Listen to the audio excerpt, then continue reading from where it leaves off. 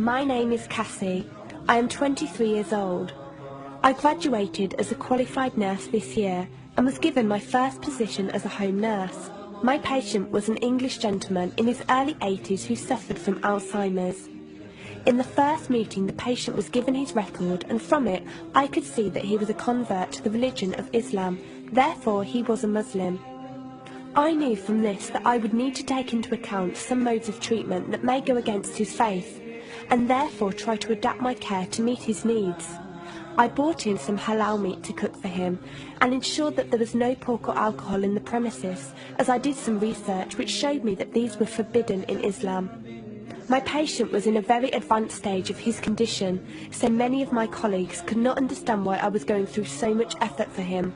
But I understood that a person who commits to a faith deserves that commitment to be respected, even if they are not in a position to understand.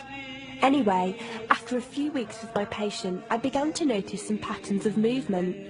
At first, I thought it was some copied motions he'd seen someone doing, but I saw him repeat the movement at particular times, morning, afternoon, evening. The movements were to raise his hands, bow, and then put his head to the ground. I could not understand it. He was also repeating sentences in another language. I couldn't figure out what language it was, as his speech was slurred, but I know the same verses were repeated daily. Also, there was something strange. He didn't allow me to feed him with my left hand. Somehow I knew this linked to his religion, but didn't know how. One of my colleagues told me about Paltalk as a place for debates and discussions.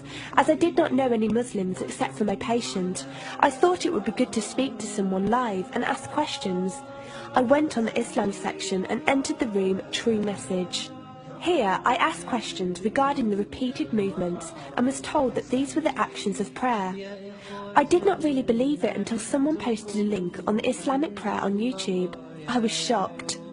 A man who has lost all memory of his children, of his occupation, and could barely eat and drink, was able to remember not only actions of prayer, but verses that were in another language.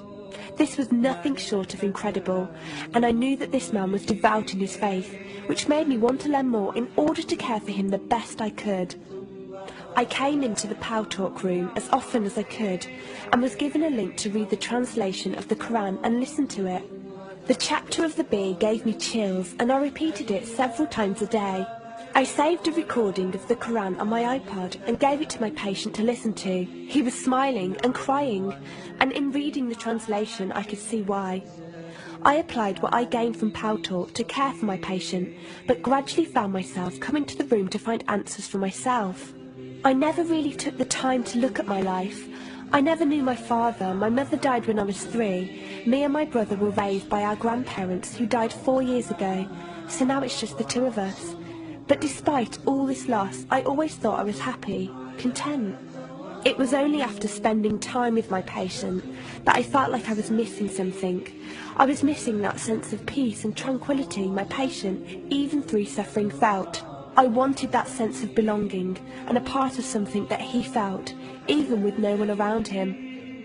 I was given a list of mosques in my area by a lady on Paltalk and went down to visit one. I watched the prayer and could not hold back my tears. I felt drawn to the mosque every day, and the imam and his wife would give me books and tapes to welcome any questions I had. Every question I asked at the mosque and on Paltalk was answered with such clarity and depth that could do nothing but accept them. I have never practiced a faith, but always believed that there was a God.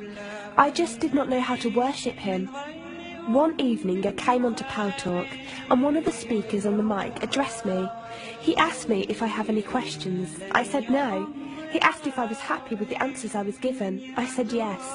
He then asked what was stopping me accepting Islam. I could not answer. I went to the mosque to watch the dawn prayer. The imam asked me the same question. I could not answer. I then went to tend to my patient. I was feeding him, and as I looked into his eyes, I just realised he was brought to me for a reason, and the only thing stopping me from accepting was fear.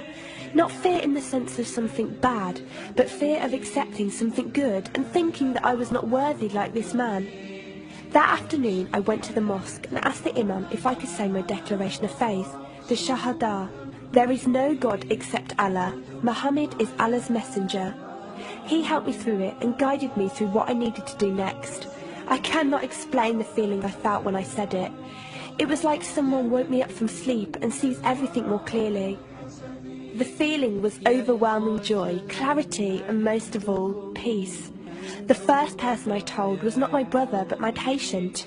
I went to him, and before I even opened my mouth, he cried and smiled at me.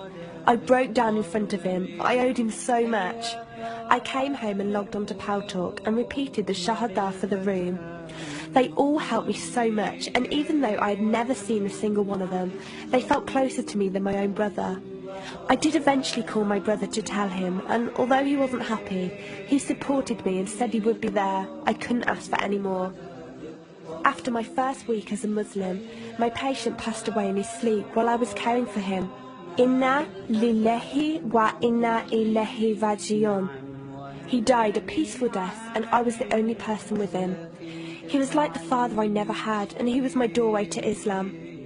From the day of my Shahada to this very day, and for every day for as long as I live, I will pray that Allah shows mercy on him and grant him every good deed I perform in the tenfold. I loved him for the sake of Allah.